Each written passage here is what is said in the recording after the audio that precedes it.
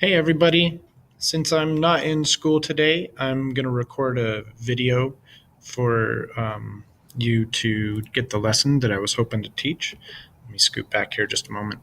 This lesson is about our memoir unit. And just recall, memoir is a true story about you that has a life lesson or a big idea that you've learned. And we've spent some time brainstorming ideas for memoirs that you might want to write, small moment stories that you want to write about your own life. And we also have spent some time looking at mentor texts or examples of memoirs. Today, we're going to start looking at how to focus the story on you and not the events. As I mentioned the last time, we read many memoir pieces to inspire our own memoirs. Today, we're going to get more serious about choosing the story we want to tell. In your writer's notebook, you have previously brainstormed some ideas for small moment stories about yourself. Today, I want you to choose one of those stories to further develop. Today, I want to teach you that writers focus a memoir not on events, but on themselves, asking questions like, what am I trying to say about myself in this piece? And what do I want readers to know about me?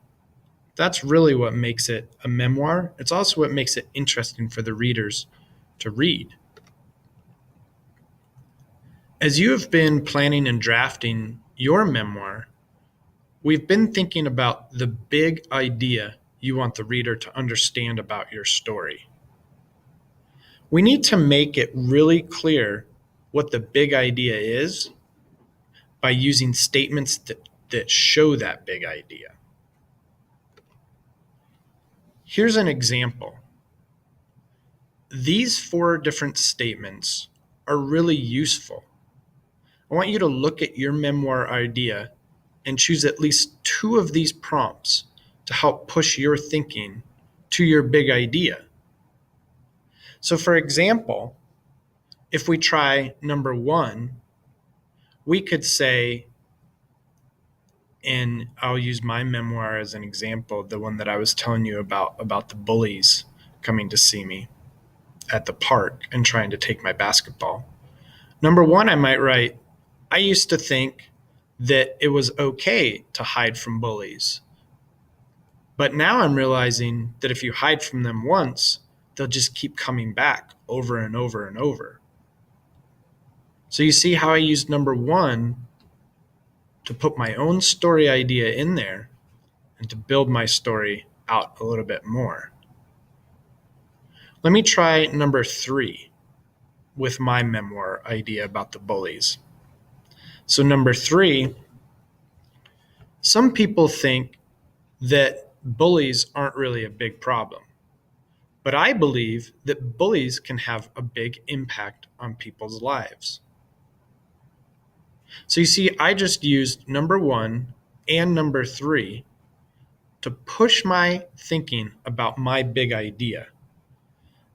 It works really well to start your memoir, to start your story with one of these statements, with one of these sentences. Once we know what our big idea is, then all of the details that we include in our piece need to support and showcase that statement. For example, if the big idea of your story is about trust, all of the details in your story need to touch on the concept of trust. Or in my case about the bullies, all of the details in my story need to have to do with the bullies or bullying. You're going to have work time today, and during that work time, I want you to start by using one of those prompts to express what the big idea of your memoir is. That should be the first line of your story. And then I want you to start to draft out your story and think about how you can showcase that big idea throughout your memoir. Again, you have to keep coming back to whatever the big idea is. whether it's trust, then all of your details have to do with trust. Or if it's about bullies, all of your details have to do with bullies. Whatever your big idea is. I also want you to be thinking, what do I want my readers to know about me? And what am I trying to say about myself in this piece? If you can use those things as really the anchor for your memoir, you're going to write something that is interesting and has depth for your readers. At the end, we are going to have a time to share your prompts and your stories with your writing partner. I want to make sure that your reader can understand what big idea your memoir is leading them to. So, in other words, what is your opening line? And remember that opening line should be from the prompts to push our thinking. It's not actually a poster, it was that slide earlier, although there is a poster on the front wall. Moving forward, you're going to continue to develop your story. You don't have any homework, but over the next few classes, we're going to be building out these stories more and more and more. Next class, we're going to be focusing on the structure of a memoir, and we'll be working with the draft that you already created. All right, everybody.